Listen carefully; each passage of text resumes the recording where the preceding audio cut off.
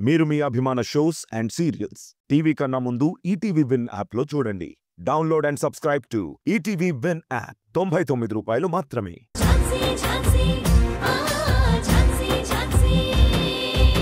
Arjun, my friend, my life is gone. So many troubles. ఎన్ని ఇబ్బందులంటే చెప్పలేనని చెప్పుకోలేనని.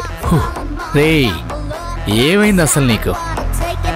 Problem ఏంటో నాకు చెప్పు, నేను ఏదైనా సొల్యూషన్ చెప్తాను. Solution? No way. No Prasad, ప్రతి సమస్యకి ఏదో ఒక సొల్యూషన్ ఉండే ఉంటుంది. విషయం ఏంటో చెప్పు. బిజినెస్లో లాస్ వచ్చిందనేనా ఇలా అంటున్నా? లేక నీ వైఫ్ మృణాలిని నిన్నేమైనా అనిందా? నో, లేదురా, తనేమీ అనలేదు. ఇంకా నన్ను సపోర్ట్ చేసింది, నాకు ధైర్యాన్ని ఇచ్చింది. వావ్, ఈ రోజుల్లో కూడా భర్తను అర్థం చేసుకునే భార్య దొరకడం నీ అదృష్టం రా.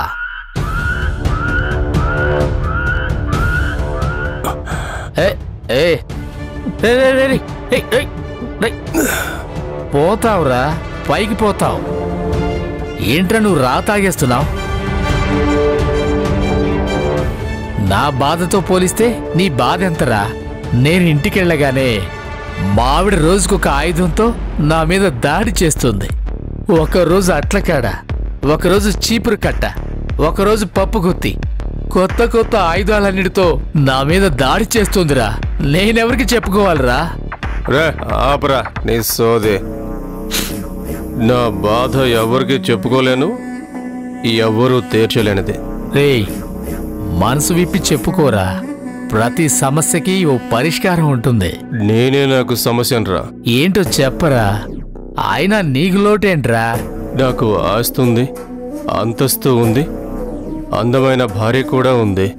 మరింకేంటి? వీటన్నిటితో పాటు ఇల్లరిక పల్లుండనే పేరు కూడా ఉంది. రే వరప్రసాద్. అవునరా, నా భార్య నా ఇంటికి రాదు, నేను తనని వదలలేను. నా పరిస్థితి ఎవ్వరికీ రాకూడదురా.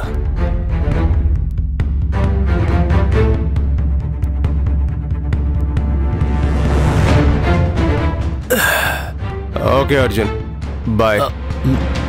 నేను బయలుదేరుతున్నా.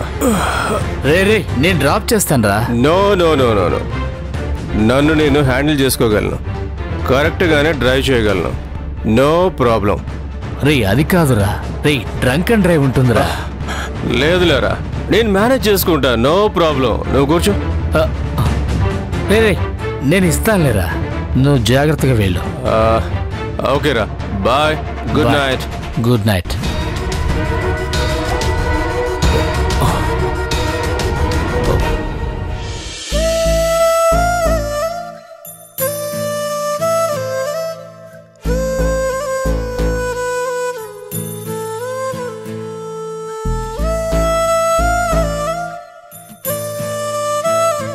అమ్మా, ఎక్కడికమ్మా ఫ్లాస్క్? హాస్పిటల్లో నైట్ డ్యూటీ చేసే వాళ్ళకి టీ ఇవ్వాలి కదా నాన్న. ఈరోజు నేను తీసుకెళ్తానులే అమ్మా. అంత దూరం నువ్వెందుకులే నాన్నా, నేను వెళ్తాను. నీకు బాగాలేదు కదమ్మా, నువ్వు ఇక్కడ జాగ్రత్తగా షాప్ చూసుకుంటుండు, నేను వెళ్ళేసి వస్తా. అంత దూరం నువ్వెలా వెళ్తావు నాన్నా? ఏం పర్లేదు, నా సైకిల్ ఉందిగా, దాని మీద వెళ్తాలే. ఇలాగివ్వు. వద్దు నాన్నా. ఇవ్వమ్మా.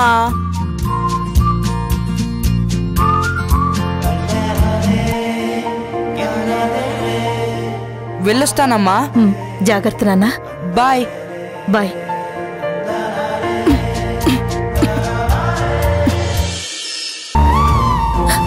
పెన్నీ, స్వీటీ, ఏడవకు స్వీటీ, ఏడవకు, ఊరుకో, ఏడవకు.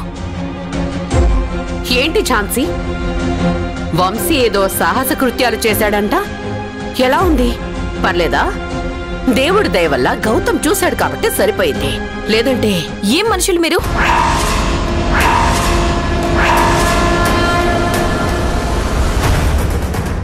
మీలాంటి వాళ్ళు లోకంలో ఎక్కడ ఉండరు.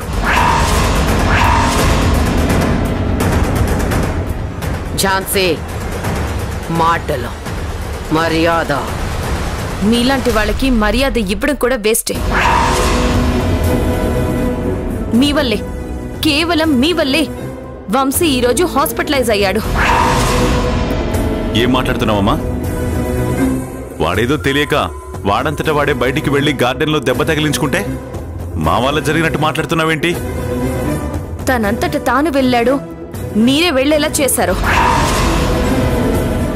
కనీసం చూసుకోవాల్సిన బాధ్యత లేదా సార్? అయినా పరాయి వాళ్ళేం కాదు కదా.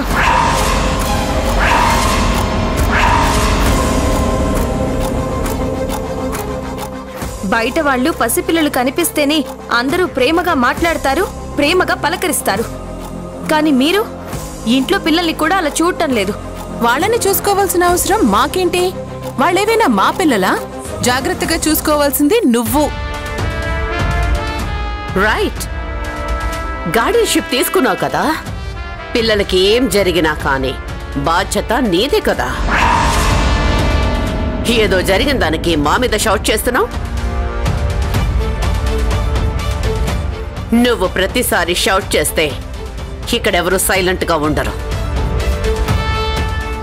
నీకివ్వాల్సిన ఛాన్సెస్ అని ఇచ్చేశాం. ఇక మీదట కొంచెం తగ్గి ఉంటే బాగుంటుంది.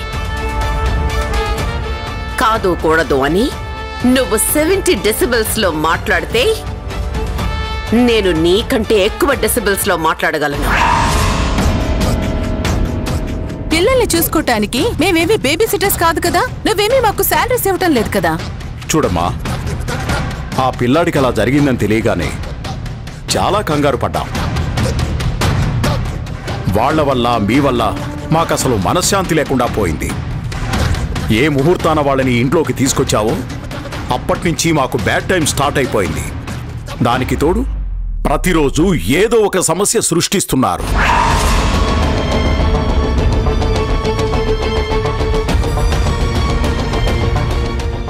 మీరు తప్పులు చేస్తూ, మీరు ప్రాబ్లమ్స్ క్రియేట్ చేస్తూ ఇక మమ్మల్ని క్వశ్చన్ చేయడం ఎందుకు?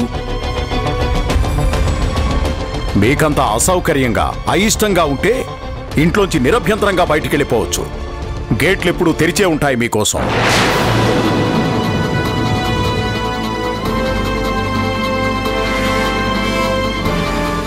అంతేగాని ఇక్కడే ఉండి మా మీద పెత్తనం చెలాయిస్తాను అంటేనో, నీ ఇష్టం వచ్చినట్టు మాట్లాడతాను అంటేనో కుదరదు.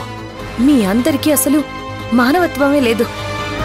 మీలాంటి వాళ్ళందరినీ తీసుకెళ్లి పూలదండలేసి సత్కారాలు చెయ్యొచ్చు. ఛ!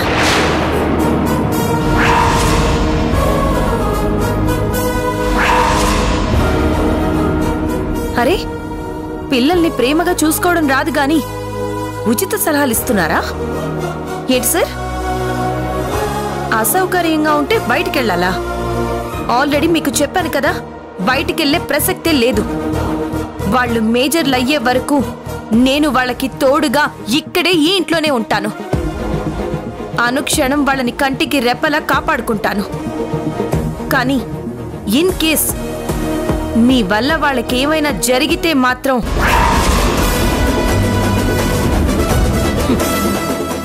నేను ఊరుకోను.